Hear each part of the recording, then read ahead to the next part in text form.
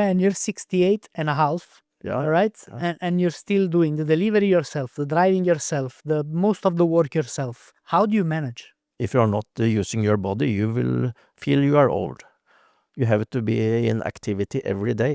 Not only your body, your brain as well. Yeah, the brain, I don't know if that's working all the time, but you can ask my wife about that. What would she say if I asked her? Oh, no.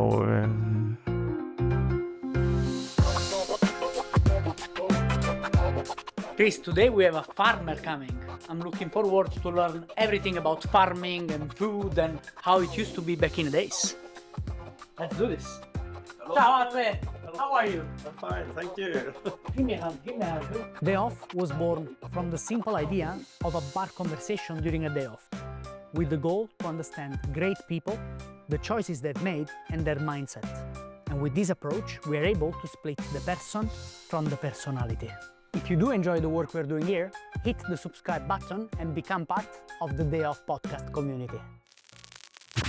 With technology on the rise and artificial intelligence pretty much taking over the world, we sometimes forget the people who actually produce our food. Yes, these guys, the farmers. In fact, once a year you might need a doctor or a lawyer or a priest even, but every day, 3 times a day, you need a farmer. And today we have Atle, a Norwegian farmer who has been producing food and working the soil for over 50 years. A lot of interesting insights from a man who keeps his feet steady on the ground. Atle, welcome to your day off. Thank you very much, and thank you for making an invitation for me. Well, I had to invite you here, man. You know why? Because, well, I speak with many different people, doctors, lawyers, bartenders, educators, business owners, but it's not often you become friends with a farmer, right? You should be, I think you should have be a friend with farmers more often, because you need a farmer 3 times per day. The doctor you maybe need few times in your life, and the lawyer the same. But the farmer you need 3 times per day, my friend. So That's right. yeah. And there is something, I don't know. Well, also the reason I invited you over is because you've been a farmer for a long time, and we're going to get into all of that. I've been visiting your farm for, I don't know, 3 times. Maybe I brought some people with me because you have this amazing farm called 𝒟𝒴𝓙𝗙, just outside of Oslo. But mostly because, well, you're a very easy person to talk to. In fact, when we meet, we are basically joking 90% of the times. And I like to spend time with you. I hope you can say the same about... Yeah, I think it's the same, but I didn't understand it was jokes you said all the time. But Yeah, that's right. So, sometimes I don't even understand myself, No. But let's start with this. Farming. Now, farming, it's something that, well, used to be very popular back in the days. Everybody was a farmer back in the days. Nowadays, not so popular anymore. And in fact, we can see that with the quality of our food and the nutrients of our food. And we're going to get into all of this in a minute. But first of all, you are now 68, correct? And a half. 68 and a half, almost 69. Yeah. And yet your brain is as sharp as mine, if not even sharper. It's still working, at least. It's still working. Yeah. And you've been a farmer for how long? Well, I'm born on the farm. I'm the 4th generation on the farm. My great-grandfather came from west coast of Norway with 7 children, crossing the mountain, got 5 more children. There were 12. So I'm the 4th generation on the farm. So I'm born into it. But I also had an education at a certain time. But I took over the farm in 1992 and has been running the farm full-time after year 2000. Right, but okay, so you were born on a farm. Yeah. Yes. And then, so you always lived the farm life then. You don't know what it feels like to live in a big city or anything. Yeah, I tried to live in Oslo for 3 years, I think. It was a little bit frustrated. It was so little practical work to do, but it was okay. But some people don't consider Oslo a big city, So by big city, I mean, London and Paris. Yes, of Could you ever live in a place like this? I've never been living in Oslo 3 years. When I met with my wife, we settled here. I was working in Oslo, and for 3 years we stayed here before we moved back to the farm. And I've been traveling and seen big cities, but I prefer to live on the countryside. So before you were a full-time farmer, you have been traveling basically around the world. Yeah, What were you doing then? I was happy to. In fact, it was my uncle and my parents that more or less forced me to apply for the University of Agriculture. I should only be a farmer, so why should I have this education? But okay, I put in an application and I got a place, and I studied for some years at the University of Agriculture, and then I got a nice job in a company called 𝒟𝒏𝓎𝓙. The name is Yara today, as an agronomist, and traveling worldwide. And But Atle, what does an agronomist do exactly? agronomist, it's teaching the farmers how to do things. I was working with the mineral fertilizer, and then I was also responsible for research and development, customer relation, and so I had contact with farmers, with research people, product development, have the right products of minerals for the different crops around the world. So I've been working with all kind of crops in Africa, in Russia. But did you go only to places, and I want to hear all about this because it's amazing to me. Yeah. But did you, just so I get this right in my head, let's say there was a place, a country, or a region, or somewhere around the world that had a problem with growing crops, right? And then you will go there and tell them how to fix it, essentially. Yeah, more or less. Then as an agronomist, that was your job to help the farmers to find a solution when it comes to nutrients. First of all, of course, there are many other factors that has influence on crop growing, but when it comes to fertilizer, nutrients, then I was the right person to contact. So I was a kind of chief agronomist, and it was very interesting. I traveled to many countries around the world. And I was lucky I didn't stay only in the big cities. I had to go to the out in the district to meet the local farmers, to stay in a small, very bad hotel sometimes, and eat the local food. But I'm still alive. Which year was this? When were you This traveling? was from 1986 till year 2000. Right. Yeah. Okay. So for quite some time. Yeah. Actually. All right. So what, 15 years, 16 years? More or like less. this? Yeah, more or less. Wow. And before that, I had also been a kind of advisor for Norwegian farmers. So I've been into this for 20 years, more or less. How old were you when you were working as an advisor for a farmer, and then when you became an agronomist? How old were you, more or less? I was 30 years in 1986 when I started in this company. So I was around 25 when I finished with university.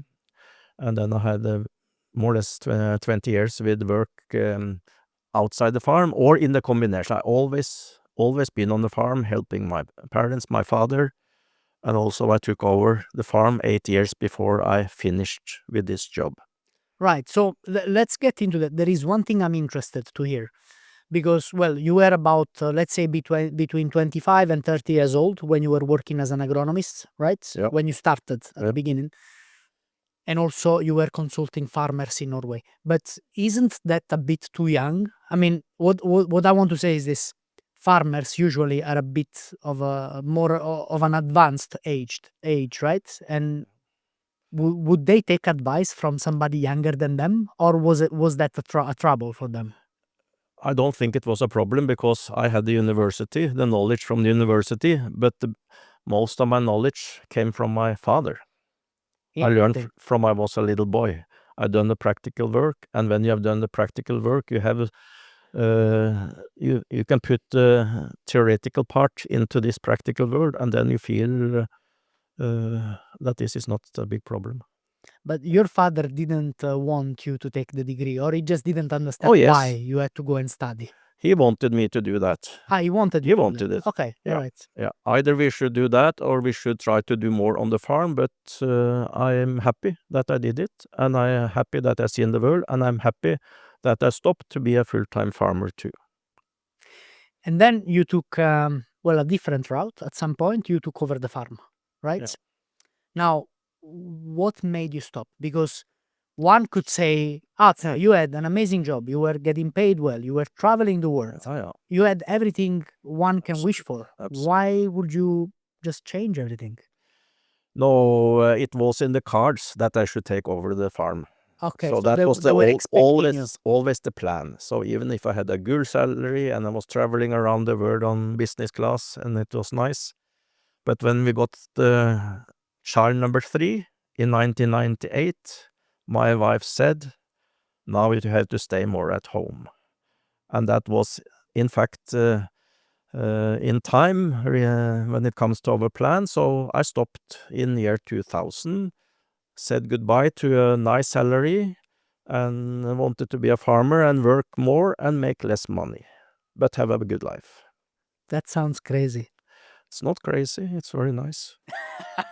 And all the memories from nice trips around and all the nice friends around the world, so I'm happy. I want to talk a little more about your farm because you became very popular among the bartending community and restaurant community in Norway. Because, well, what is it that you produce at your farm at the moment? The farm is 47 hectares of arable land and 15 hectares with forest, and it has It's been massive. in Norway. It was quite a big farm. These days, people are renting a lot of land. They're buying big machines, and they are making more or less no money. But that's another story. For the different generation, in the past it was animals, all kind of crops, big variation. Then my father, he stopped with the milk production because that was the agriculture policy. That was the beginning of 1950s. And I took over after my farm and continue with the grain production, but we also started to plant fruit trees. So I had up till 2,000 plum trees, gooseberry, blueberry, honeyberry, different kind of berries, and wanted to sell fresh plums to the supermarket. But the problem was that they only want the nice big plums. If there are small plums, if you get a rain shower and you get broken plums, you lose maybe 50% of your yield. You have to throw it out in the field.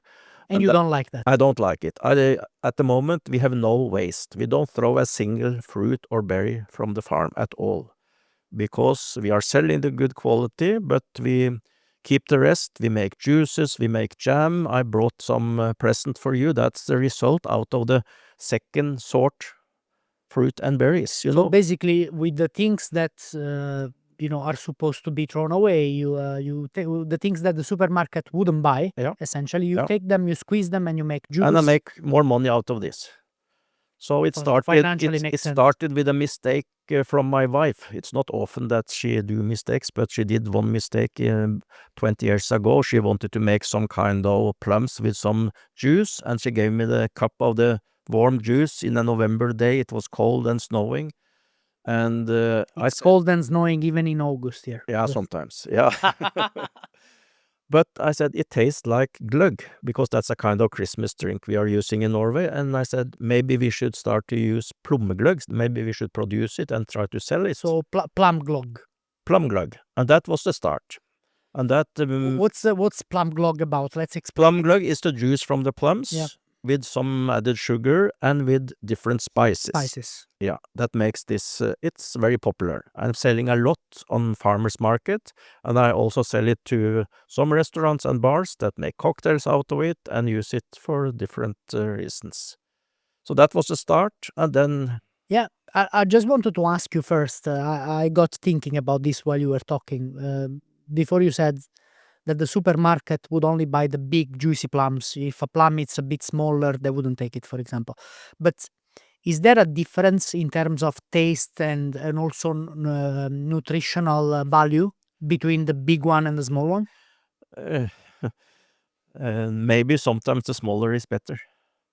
Why? No, because big size, then nutrition, taste has been spread out in a bigger volume, more or Right. less. So the smaller can be as good or better than the big one. Because the difference between the two is that one contains more water, Yeah. right? Yeah. It's more water, but more of everything, in fact. But the bigger volume of things not necessarily better taste. So I have 14 different varieties of plums. And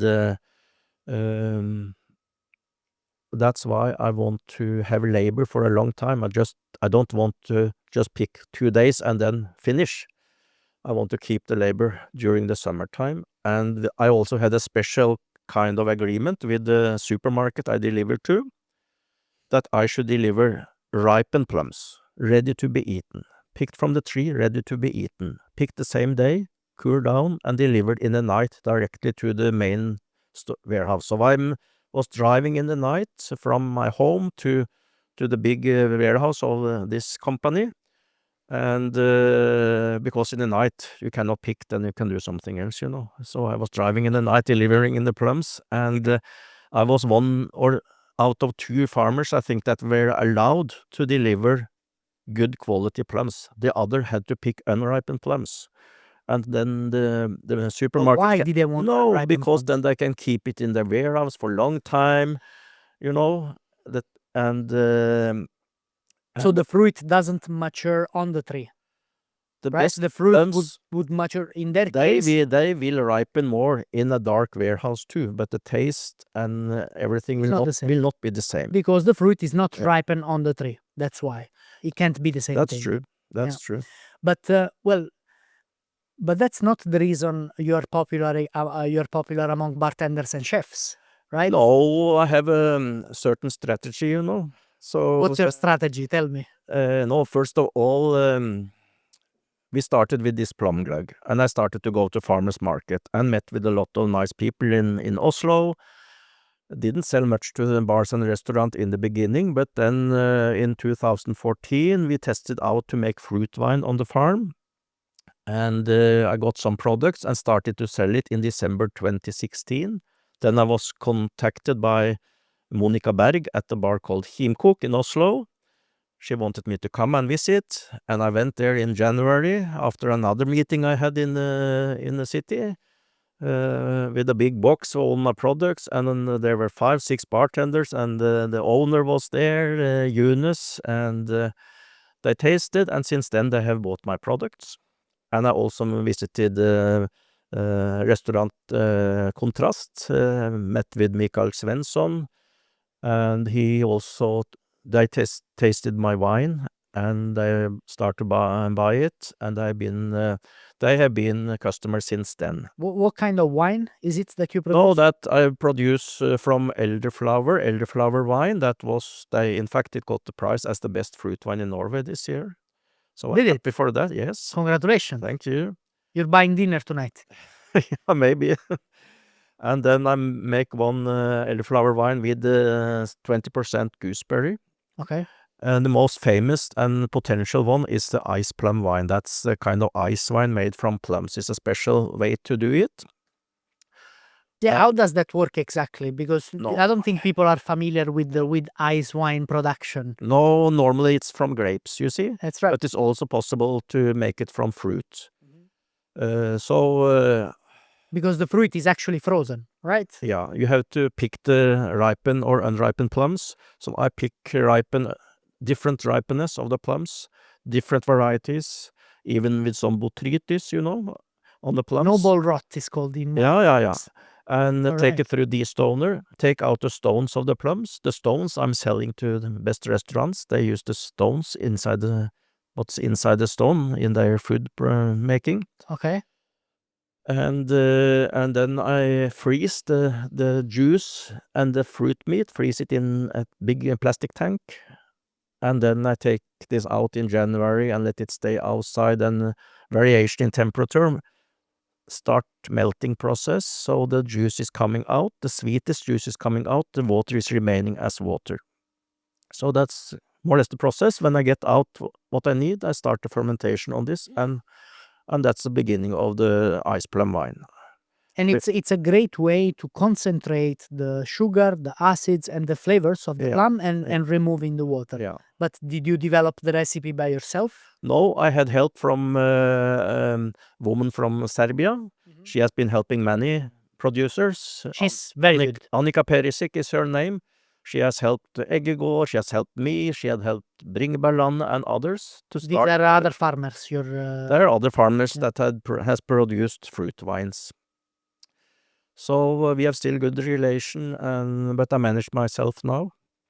And the wine the ice wine itself has had a massive success. Yeah, I got some gold medals in Denmark and also in Norway, and this year it only got the second place, but I had the first place already with the elderflower wine, so it was not so bad. You can't be always first somewhere, you know? You lose No, some, no, you no. win some. But back to what you asked about how I got into the restaurant and bars, I think when I met with Monica and 𝒟𝒏𝓙𝗙 and the people there, and with Mikael Svensson, this the nicest restaurants and bars, they know each other very much. So I have not really been fighting very hard. Of course, I went to Britannia Hotel, I went to 𝒟𝒏𝓙 with my products. It took 2 years before they asked for my products. But now they're still a customer. yeah, 𝒟𝒏𝓙 have 8 products, and they even sell more non-alcoholic drinks than alcoholic drinks at the moment. So at the moment I deliver to 11 Michelin restaurants and the 5 best bars in Norway, so it's not so bad. And Are you happy to be around people from this industry? yeah, fantastic. I told many of them that I should make money on my products, but to meet with you as fantastic bartenders or chefs in the best restaurants, that's given me a lot of motivation. Sometimes when you are a farmer, one day you just want to cut down all the trees and stop this terrible, it may be terrible weather, maybe something else, but that's in all kind of professions, I'm sure, that you are fed up sometimes. Absolutely, but there is a difference, you know? If you're an accountant, for example, at some point, and you've been an accountant for 10 years, let's say, you do get fed up to look at a screen and be sitting down in an office in closed doors. With you, it's a little different, isn't it? Because you are in the nature. Yeah. And it's a lot of work, I guess. It's a lot of work, but it's a combination, you know. I like to work hard. I like to be out in the fresh air. I like to eat a lot, and I'm sleeping well in the night always. But is that why you look so sharp at your age? I don't know. Maybe because I meet with people like you. Yeah, right. I think so. I'm very happy to have the possibility to go into the kitchen of 𝒟𝒏𝓙, to go into the bar of 𝒟𝒏𝓙𝗙 in the middle of the night sometimes, or to go to 𝒟𝒏𝓙 or Britannia in Trondheim. Do you drink cocktails yourself? Sometimes, yes. Sometimes. What sometimes? Once a week? No, I was invited to a 10 years anniversary celebration at 𝒟𝒏𝓙𝗙, then I had some cocktails, but normally I'm driving, so then I cannot drink too many, you know. Right. But I have a strategy. What's your strategy? My strategy is to deliver myself, to meet the people all the time. Yep. I try to send with some distribution, only headaches. I send 15 bottles to Britannia restaurants, also a Michelin restaurant in Trondheim. And if the very busy people in the kitchen should run around in Trondheim and try to find my bottles, that's hopeless, you know. So I just decided I deliver myself to all the places. But Trondheim is like... It's far away. 7-8 hours drive, or what is it, 10 hours drive? 7-8 hours one direction. And you drive there to deliver your product. Then I see the beautiful country of Norway, up the Gudbrandsdalen and down Østerdalen. I really enjoy the trip, but I have to sell something to afford to go. But I'm lucky. But you're not making a profit, because if you have to drive up there, right? And then I guess you stay over a night. Yes. You don't come back straight away. No. You stay there for a night. One night. Sometimes I go up and down in one day, but I've been told by my family that you are getting older, you have to sleep a bit also. So, but then you basically, the profit you make by selling your products up there, you spend it in these 2 days of driving. I don't do that, because I have a customer called 𝒟𝒏𝓙𝗙𝗙, the cruise ship. They buy the 𝒟𝒏𝓙𝗙, they have it on their 7 ships. Right. So they are the biggest customer at the moment. Right. So when they call and ask for products, I call the other customers in that region and said, now we have to find out how much you have left in the storage, because in general, restaurants and bars are not very good in planning, you know. No. they're calling and said, "Oh, we are empty now. We need it tomorrow latest." But that's okay. I'm flexible and I manage good so far. Do you have people helping you out at the farm, or is it just yourself? My wife is at home now. She retired in her job 1.5 years ago, so she's at home. She's trying to be a kind of boss sometimes, but it's not. It's not working out. She tried to change my way of doing things, but I know that is to the better. But I have my way to do it. So at the moment we don't have labor, but when we start with thinning of the plums. At the moment now, it's really beautiful. It's flowering, white flowers everywhere, lot of bees, insects around that visit the flowers and will make a lot of plums. Sometimes we get too many plums, so this thinning process to remove plums from the tree, it's takes time. But you don't actually, so the trimming process doesn't actually remove plums, right? The pruning of the branches I do myself in the wintertime. What is pruning? Can you explain? Pruning is to take off old branches and make the tree like you want to have it. Cut off some branches. Why is it so important? No, because you have to, maybe some branches die. Right. Some are too old, maybe it's too many, so you have to open up to get air into it. If it's too many branches, it will be more humidity and more diseases and problems. Because humidity brings bacteria. Yeah, absolutely. So from mid-June till end of September, I used to have 2 people working on the farm. I used to have 2 from Ukraine, brother and sister. Unfortunately, Andre, he is in the war now, have been there for 1.5 years. Ira is in Norway, but she met with a nice guy and she's got a little baby in December, so she's not helping anymore, but we have local people that helping me. Are you still in touch with them? Oh, yes. Like with the Andre, for example? Oh, yes. How, We talk and are you afraid for him? Afraid for him? No, not at all. But he's Yeah, in of a course, war of now, course, absolutely. We are afraid, absolutely. And his wife and little son came as refugees to the farm together with his sister. So we had 3 refugees on the farm after the war started. But 2 of them went back home because it was relatively safe in their region. But we have contact very, very much. So they're more or less part of our family. Of course. Yeah. And I know you've helped out more people as well. Now they are getting older. They are 45, and getting older, so they cannot work so hard anymore. So you have to find some younger. Man, you're 68 and a half. Yeah. Right? And you're still doing the delivery yourself, the drying yourself, the most of the work yourself. How do you manage? If you are not using your body, you will feel you are old. You have to be in activity every day. Not only your body, And your more- brain as well. Yeah, the brain, I don't know if that's working all the time, but you can ask my wife about that. What would she say if I asked her? Oh, no, I will not. Probably let's not ask her. Let's not ask her. Yeah. But No. listen, Atle, you introduced, now we introduced the war in Ukraine. And I noticed that so since the war in Ukraine, the price of a lot of raw materials has gone up. Like the price of grain, for example, raw materials to make Yeah. bread and many more things. Yeah.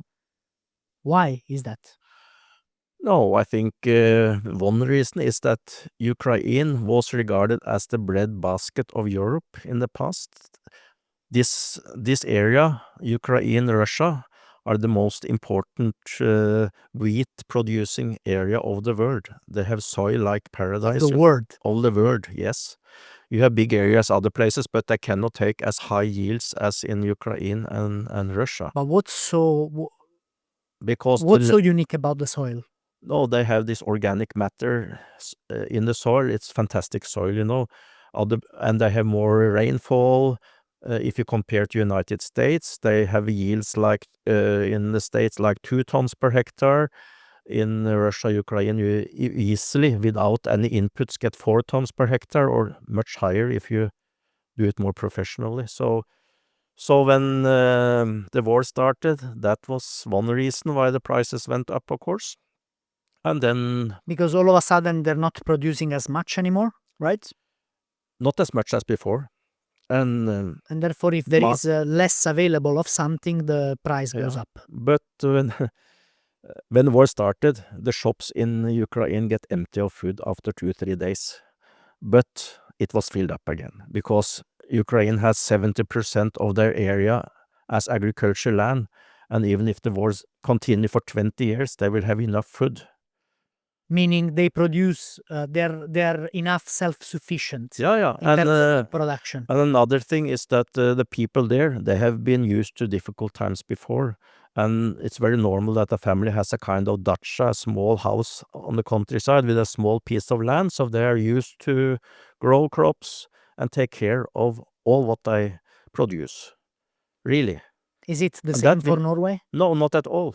What's the If- percentage of self-sufficiency in Norway? No, it's around 40%. 40.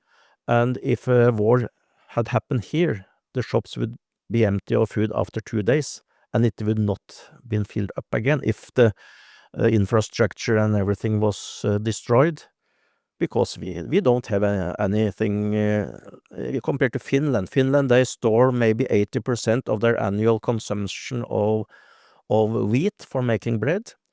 They have really a strategy there, but we don't have in Norway at all. So we are really into problem. We are one of the less self-sufficient countries in the world.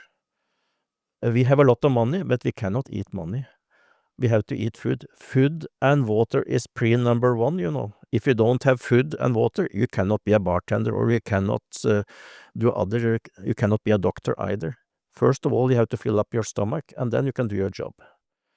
So A lot of money, but we have a lot of money, but we and cannot we cannot eat afford money. to store. This year I'm a grain seed producer. I produce grain seed for other farmers. Okay. This year we had to import from Finland because we didn't have enough ourselves. We took from their storage, from their critical storage.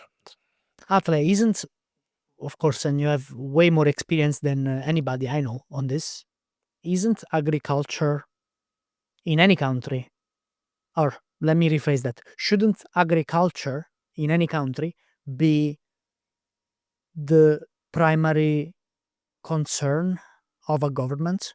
Absolutely. And it is in many countries around the world. But I think we have lost the contact to the ground because of all the money we have in this country. But as you said, we cannot eat money. Cannot eat money, and one day it could be gone. You never know. So I think the politicians and even the farmers' organization are not taking this serious enough, because it's really critical. It's really critical. If something happened, we saw yesterday, the electricity collapsed in Spain, whole Spain without the electricity. That's one thing, they got it back today, but Yesterday was, just for the record, yesterday was Monday, 28th of April.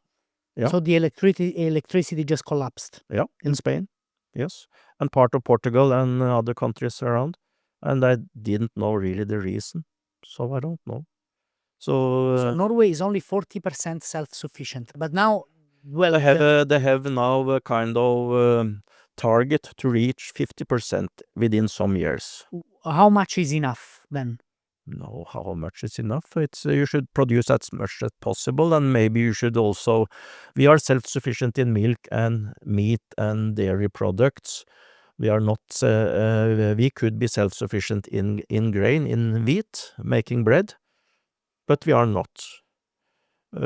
This is agriculture policy. They can do some adjustment there, and we will grow more of. I grow wheat on my farm. I just planted 25 hectare. It will be enough to make 300,000 breads. 300,000 300,000 pieces bread. of bread, like Yes. bread loaves. Yeah, in the autumn, if I get a good average yield with a good quality. But so, okay, let me understand this, right? So why doesn't Norway become self-sufficient? Is it because they don't see it as a problem, or is it because they don't want to? Where do you think the problem is there? The problem is the politicians. They don't care. They don't care. They think they Probably say they care about other things, no. They right? say that we can import. We have money enough so we can import. But when it's a war going on, if something else is happening, we can easily be blocked. And all people with respect for itself should have as much food production as possible. We cannot be self-sufficient in fruit and berries because the season is short and we have winter in Norway, you know. I completely agree with you. I'm not even an expert like yourself, but because the problem there, it's very simple, right? If you, and tell me if I'm wrong here, if you are, well, if your logic is, okay, we don't need to bother ourselves with producing more because we have money, we can always buy it, import it, Yeah. then you are, first of all, if there is a war, it's a mess. Second of all, if there is a war, right, you are always dependent on somebody else and they decide the price, not you, right? So you're always dependent and you're probably going to pay a lot more money in case, there is Yeah. a crisis. And if it's a crisis coming, then of course, if we go back to Second World War, we had 200,000 more farms in Norway. You were born right I- after Second World War, right? 1956, so it was Okay. some Was years quite a bit, after, my friend. I'm not that old. No? But then we had 200,000 more farms. A lot more people were connected to a farm. A farm was a mix of animals and vegetables and fruits and grain, all kind of products. We didn't have tractors. We had horses. So it was much more sustainable in a way. Today, if we get a problem, the electricity is gone, we cannot get the diesel, and we have all the technology with the data, it will stop. And we don't have anything in the warehouse because we think we can buy it from outside. It's really critical, and especially for the big cities. Out on the countryside, we will manage, because I have some grain in the barn, and we can grow some crops and find some ways to do it. So I think that more people should be interested in farming. They should get a farm friend. But I think a little bit new in this direction, I think. I think this is a very interesting topic because, well, so many reasons. But the first reason I can think of is, well, if you look at how society has changed, right? I mean, when you were a teenager, nearly everybody you knew was a farmer or had parents who had a farm, or there was something farm involved, right? Always. Nowadays, it seems like people, as you said before, they've lost contact with the ground, right? People don't want to farm the land anymore. Why do you think that is?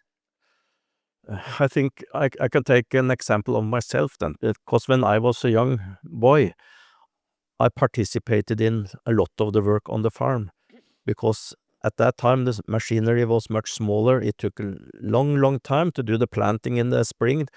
Took 3-4 weeks maybe. Lot of activities happening, and I managed to participate even if I went to school and things like that. Today, with the more bigger machines, more technology, things go much faster. If my children were not at home that week when I did that work, it's 1 year till next time they have the possibility to participate in this. So I feel a little bit sorry that my children has not managed to get involved as In the that. family business. Yeah.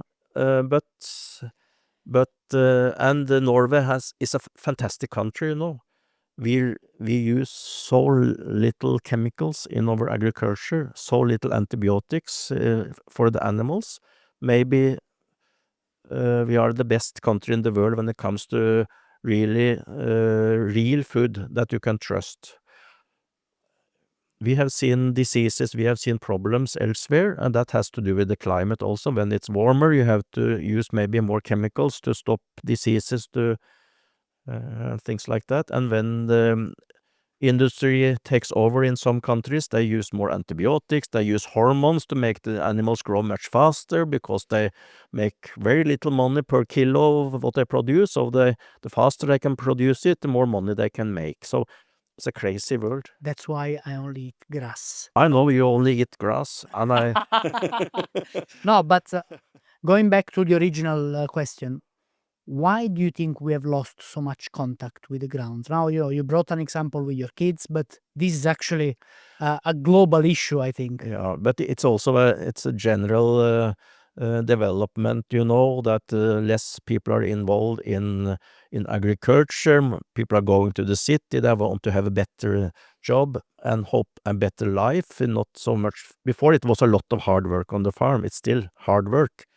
and it's not bad to have hard work. That's, I think, good for you. But there is a reason. You were telling me a couple of months ago, I think when we met, you were telling me that there was you were helping out a girl. I don't remember the name. You don't have to say it. That her mom or father came to you and said, "Look, she's our daughter is always on the screen, doesn't want to do much. Oh, yeah. Why don't you hold her on the farm?" Yeah. And then she came on the farm, and she Yeah, it apparently was did a good job it as was well. a mother. She helped me in the summer, and she complained that her daughter, 17, was just sitting in a room on the computer, on the mobile all the time. And I said, maybe you can ask her to come tomorrow, because I really need help, because we are thinning the plums. It's a lot of work, and she can earn some money.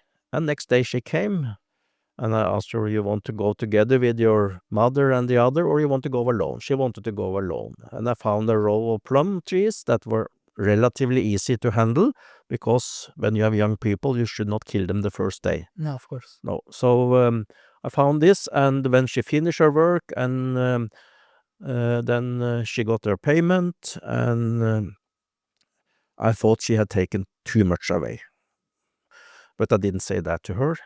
But then when it was harvest time, this row was the best row I ever had on the farm. She had done perfect job.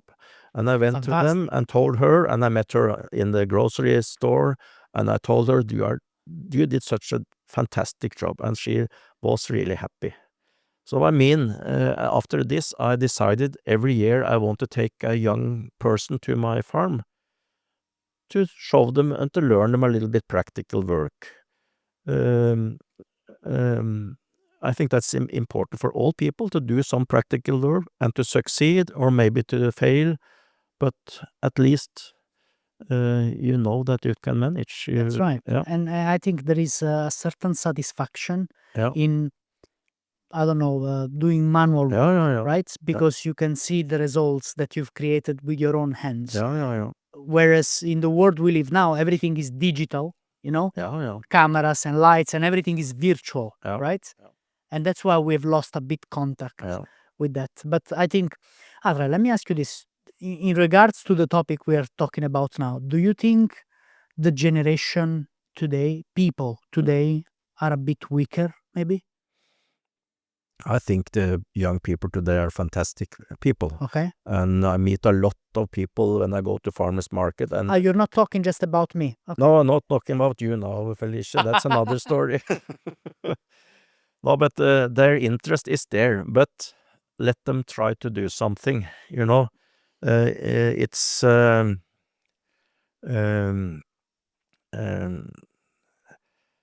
many want to grow something. They want to grow on the top of their houses in Oslo, and some farmers they are laughing a little bit of this, because this is not agriculture. But I think this is really nice. It's very good that people try to do something. They experience this is not easy. You cannot go on 3 weeks holidays, then it's full of weeds and old problems, and maybe died because it has got no water. But it's important that they show interest, at least they understand, and give more respect to food production. Or maybe they want to continue themselves to do something. And of course, they can make much more money in other jobs, but to grow their own food is the most important. You said something very important, which is, if you get your hands dirty and grow your own food, then you respect it a little more, and therefore you give it more value. I think maybe that's why also today, and I'm guilty of this as well myself, we perhaps have more waste as well, and we don't well, first of all, we overeat. We eat way too much, everybody today. Yeah. I don't think back in the days you guys used to eat as much as today. No, right? probably not. Probably not. It was a bit restricted. Right. And therefore, when something is a bit more restricted, you give it more value. Yeah. You know, let's say now if I'm hungry, right, I order some food later and I feed myself, right? Maybe, you know, back in the days, in a situation where me and you will be sitting and talking, if I will get hungry, I would have to wait maybe for dinner in 5-6 hours. It was fixed times. Right. Fixed time for breakfast, for the lunch, for the dinner, you know. Some farms had dinner at 11 in the morning. What? No, that was normal. 11 in the morning. In 11, they had the breakfast 6 or 7, and then they had the dinner at 11 or 12. Some farmers still have it, but it's not normal, of course. But you mean lunch? No, Dinner? it was dinner. Okay. Yeah, but it was other ways of eating, maybe. But that fit into their production. If they had animals, if they had hard work, whatever. All right. And they maybe had a rest in the middle of the day, that was also normal. They had a heavy meal and then rest, like they are doing in the Southern Europe. They have siesta, you know, sleeping for 2 hours in the middle of the day. Yep, I miss that very much. Yeah. So, So that the last, because dinner is the last meal of the day, right? So that the last meal. we had something called a supper or Right. another. So like another meal, Yeah, basically. that was normal when I was small. Then we very often had a dinner between 1 or 3 o'clock, and then we had maybe some supper at 7 or something like that. But now dinner is very often the last meal you have. So you think one way. But that's okay. You think one way for people to get their hands dirty again will be to actually invite them over to your farm to try the manual work and smell the flowers and smell the plants and. No, people are welcome. We should do more like this. You have maybe seen, it's Jon Almaas is a famous guy on television. He has bought a farm, and they make a kind of television program, and he's doing all the mistakes, the same mistakes as I'm doing very often too. But then people get a kind of understanding what this is about, a little bit more respect. And Do you still make mistakes on the farm nowadays? of course, every day. Yesterday I was planting, and then I managed to hit some mountain with my machine, so the metal was bent, you know. And this I have to repair. That's normal. It happens every day that you do some small mistakes or that things happen. You never know. Accidents. Small accidents, yeah. So you never know the day before it has ended, you know. Atle, earlier we were talking about, you mentioned the farmers market. Yeah.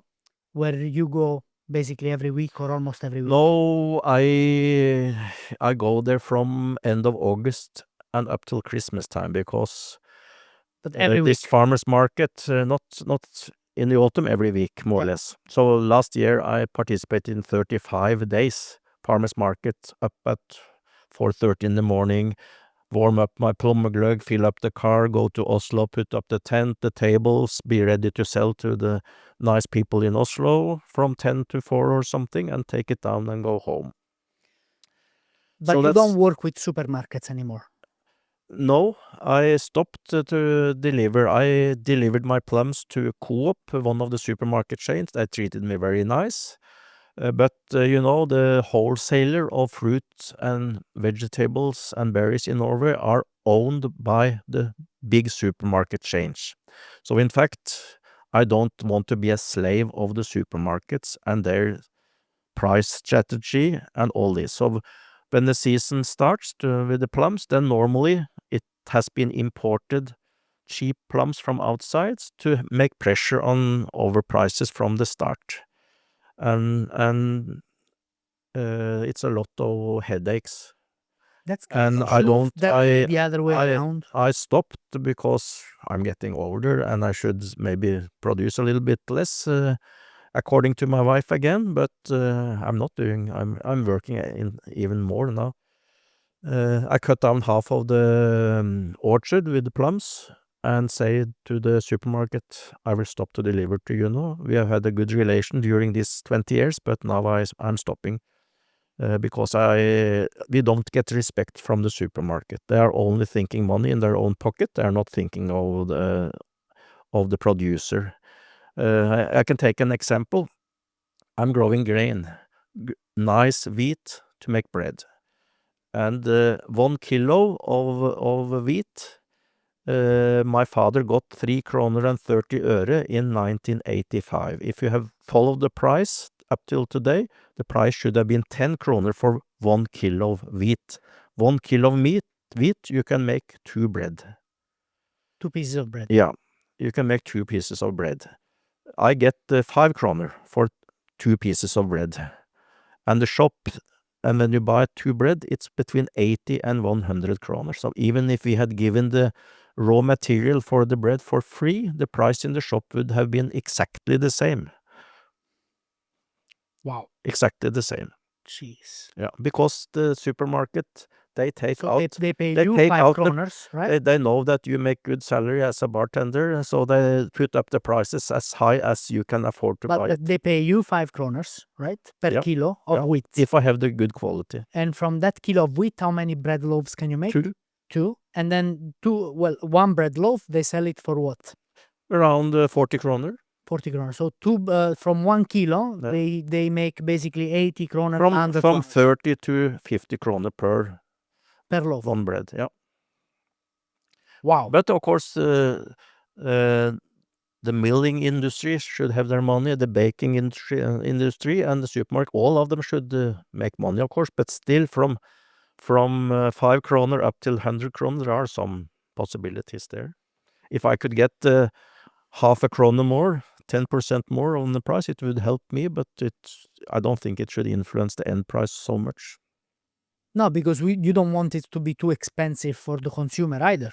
No, I don't want, but I think my price has no influence on the end user. No, absolutely not. Absolutely not. In fact, you said it. If I will give them the wheat for free, the price wouldn't change. Yeah. Like the selling price will not change. That's true. Jesus, that's crazy. Yeah. So I think that the consumer should have a kind of action against the supermarkets. Never Because go, they should... don't go to supermarkets anymore.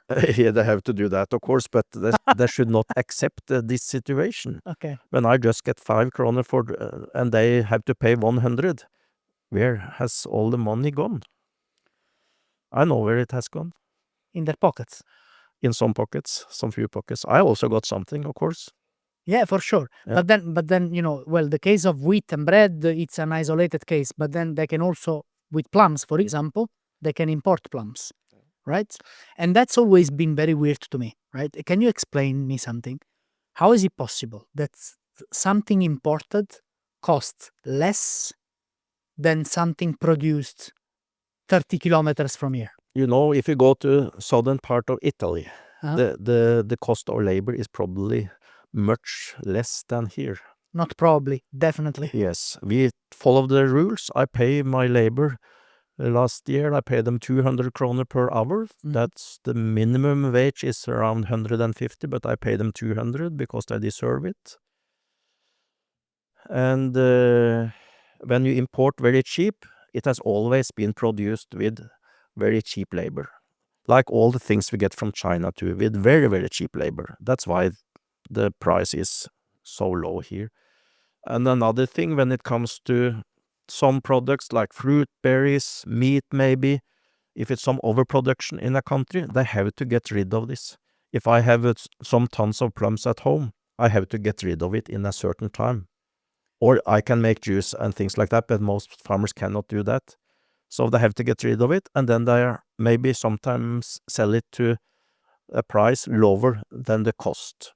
Right, because they would have to throw it away anyways, and they rather sell it for a lower cost than just make nothing out of it. And the third thing is that you import, and the supermarket are using this as a kind of attraction to attract you and me to come to the shop because they have very cheap plums there, for instance. They don't make money themselves, but you are going to the shop and you buy all the other very expensive things in addition. So you go there because they have very cheap plums, but then Yeah. you see these other things That's on how the it's shelf and working. these other That's things. how it's working. Yeah. Do you go to the supermarket yourself? Yes, of course. What do you buy in the supermarket? No, Plums. Don't tell me. never plums, of course. Never plums. And they are tasting terrible because they have not been harvested at the right time. Most of them. It's very seldom you can buy fruit and berries in the shop that should taste as it should. So poor consumers that never get a very good taste.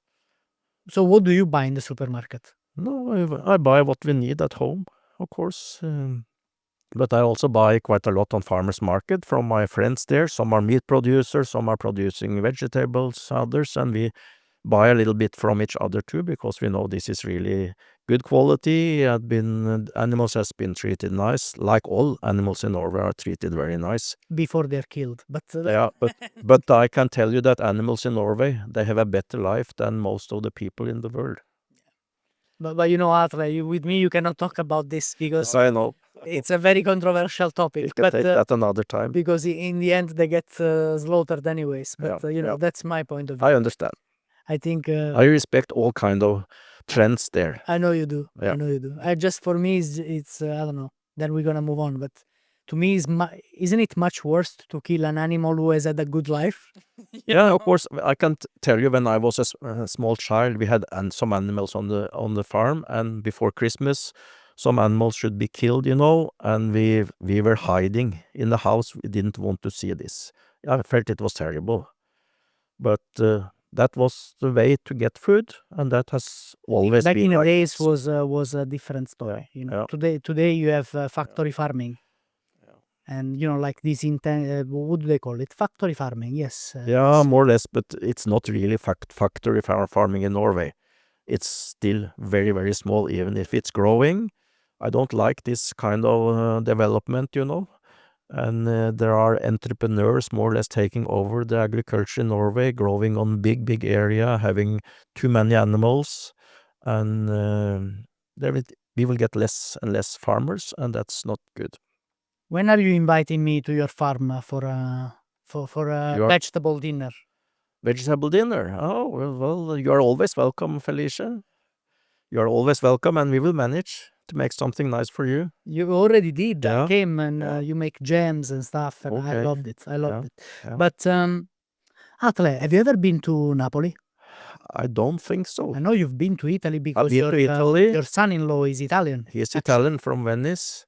I've been to Milano, I've been to other places in Italy, but I'm not sure I don't think I've been to Napoli. You know, in Napoli we have among probably the best tomatoes in the world. Oh, yeah. These tomatoes Oh, are yeah. absolutely fantastic. Yeah. Now, when I came to Norway and I tried some of these tomatoes from the shop, Yeah. well, they only taste like water, Yeah. That's basically. especially in the wintertime, it has no taste. Of course. But Mikael Svensson, the chef, Yeah. owner of Contrast, Yeah. he was telling me that there was a farmer some time ago. They're not doing this anymore now, but there was a farmer some time ago who was harvesting tomatoes, was producing tomatoes, Yeah. and these tomatoes were actually really, really tasty. He said that, but he's Swedish. I don't know But you how much see, he likes tomatoes. if you take an example, then when it comes to apple, the supermarket they have now decided that they mainly want to go for 2 varieties of apples that we don't know before, but these varieties they can buy from outside also, so they will always get the volumes. So when you get bigger farms and less competition among the supermarkets, then the variation in crops, the sweetest tomatoes will disappear because it's only volume and kilo per hectare that counts. That's what you get paid for. So we lose a lot. We have already lost a lot of taste and variation in all kind of food crops. I have 14 varieties of plums. That's very unusual. Most farms have maybe 2, 3. And picking them unripened. I have 14. Even the very old small plums like cherries originally came with some monks to an island close to my farm. So we try to keep some of the good tastes, and that's what also attract the restaurants and bars too. Honestly, I think what attracts bars and restaurants, from what I've heard, it's also you, because they just want to work with you because you're a nice guy. That's Basically, nice to hear, of course. they treat you well, and you treat them well. But Atle, there is still one thing I didn't understand. If you don't work with supermarkets anymore, then except for juice and ice wine and what else? Jams.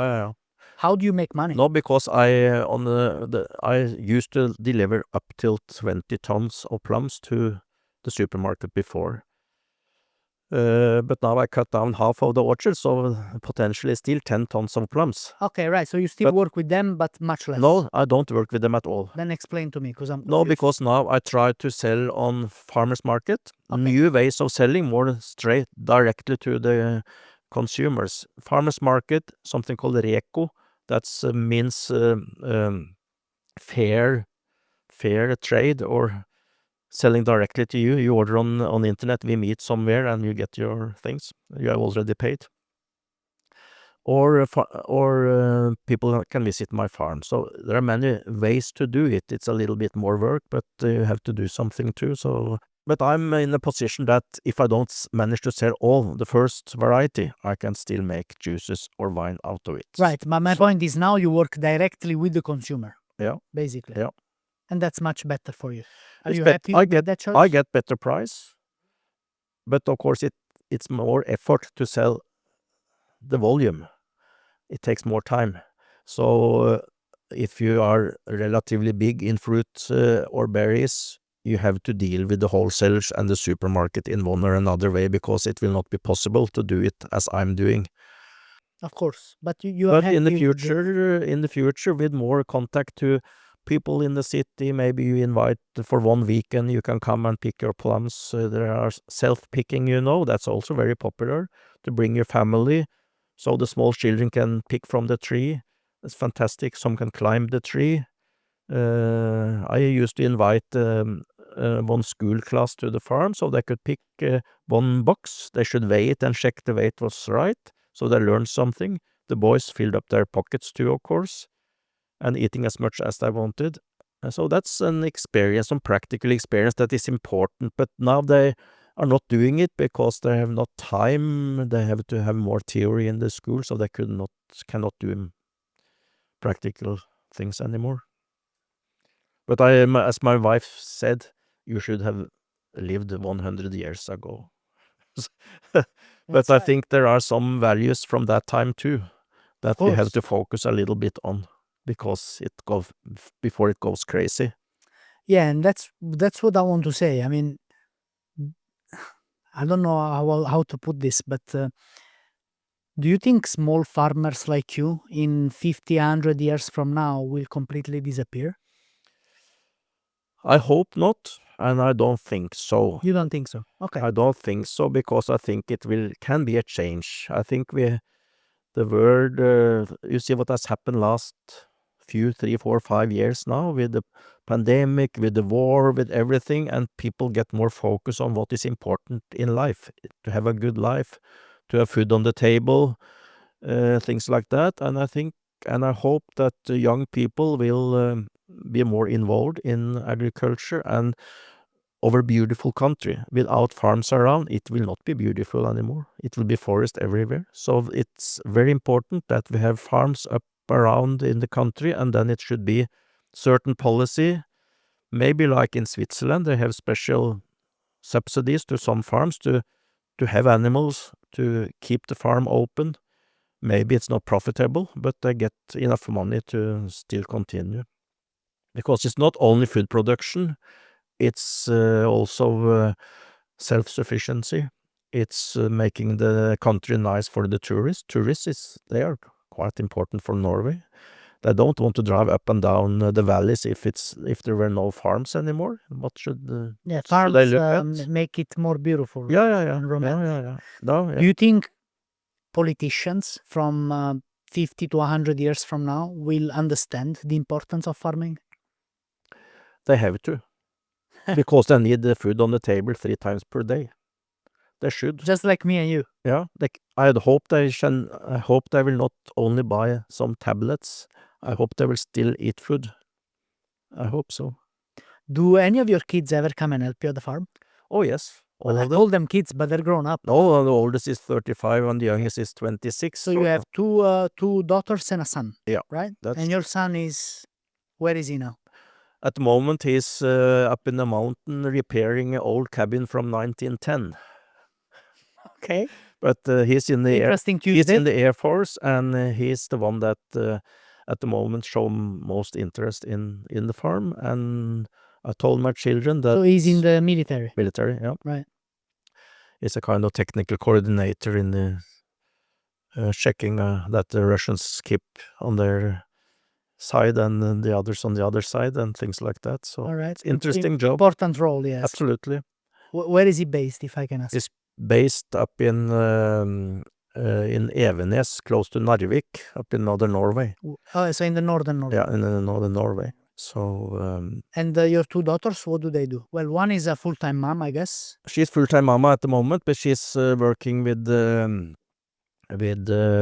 anti-corruption, whitewashing, things like that, in the bank. And the youngest, she's working in a consultancy company. She is civil engineer. And they're all connected to the farm and helping when I need help. Okay, so they do come and help when you need. Absolutely.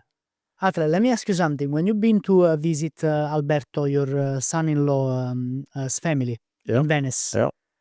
and you told them, hey, my name is Atle, I'm a Norwegian farmer, and I make wine. Yeah, no. What did they say? No. It was the father of Alberto said, no, they cannot produce wine in Norway, that's impossible. So we sent some bottles with my ice plum wine, so he should taste, and they really enjoy it. Yeah, really absolutely. enjoy it. Yeah. Well, you drink it as a dessert wine. Yeah, of course, basically. absolutely. So In Italy, but of course, I understand Italy, you know, with their tradition, it's yeah, I think we should all stick to our traditions. Absolutely. You know? Absolutely. Like, for example, you make great ice wine, but I'll tell you, pizza is not your thing, guys. No, okay? no. Just so stick to wine. Yeah. Right. I think you never go to the shop and buy Grandiosa. That's right. Thank you. For you, that must be rubbish. No, but it's not even a pizza. It's a biscuit with tomato sauce. It's not, and some other weird things on top. It's not even a pizza. You know, you're not. We had a few other guests on this podcast who have been talking about Grandiosa. We might get sued by Grandiosa, I think. Yeah, but you're entitled to your own opinion, you know? Grandiosa is, let's explain what Grandiosa is for our viewers. No, it's a kind of It's a frozen pizza. Frozen pizza. And Frozen I can admit I've been eating a lot of it when I was younger. You have? Yeah, but when I'm growing and getting older... We're telling everybody you are healthy and you only eat fresh food. You can be healthy even if you eat this rubbish from time to time. You can. But so you had been eating Grandiosa as well? I think me, my friends and my children too are very much aware of eating healthy food, good food, nice food. We have, for animals in Norway, we have menus, what they should have of nutrition, all this. For people, we don't have. But I think more and more people are aware of the importance. What you eat is what you will be. So we are what we eat. We are what we eat, yeah. That's true. Atle, is there traveling the world, right? Going back to your time as an agronomist, yes? Is there a country where you tasted a fruit or a vegetable that you still remember nowadays? Yeah, I think so. There can be many places, but I remember in my job we also had some kind of sport activity. So one time we were a group of people from that company that went to Hawaii to run marathon in 1987. My wife even joined on that trip. And then we bought some fantastic pineapple, the sweetest you can think about. You never get that here at home. So that was really fantastic. And when my oldest daughter was 18, I brought her on a trip to Uganda in Africa to show her that the world is a little bit different than the spoiled country we are living in. And then we got a mango directly from a tree there, I remember. That was also... It's a competition between the pineapple and the mango. Right. What was the best, but fantastic. Hawaii and Uganda, then. Yeah. And of course, but you didn't mention Norway. If you had said that Norway, No. then it had been my Absolutely. plums, of course. All right, so Norway, Hawaii, and Uganda. It's an interesting triangle, isn't it? I hope you can be with us for much, much longer. But you know, at some point, we're all gonna we're all gonna go under the ground, right? Is there a dream you have before your time comes that you would like to see happening for you or your family or for I don't know, the farming industry or for the world? For my family, of course, I hope that we have good health. That's number one. And of course, if one of my children want to take over the farm, and That would be amazing. that will be fantastic. They don't need to do the same as me, but if they find some income possibilities on the farm, at least live on the farm, that will make me happy. And for agriculture, I still hope that we have food production in Norway, that we make quality food, that we stop this kind of industrialization, that we can produce food so people can have really good Norwegian food on the table 3 times per day from the farmer. Whew. Atle, this was an absolute pleasure. Thank you so much. Thank you, Felicia. Thank you for inviting. And we have not really finished. I feel we could talk for hours. Yeah, I know we could. Yeah. We could. Is there anything else you wanted to talk about? Then we have to shut the light. Yeah. We have to close the cameras. Off camera. Oh, No, but Atle, this was an absolute pleasure. Thank you so much. thank you. Woo!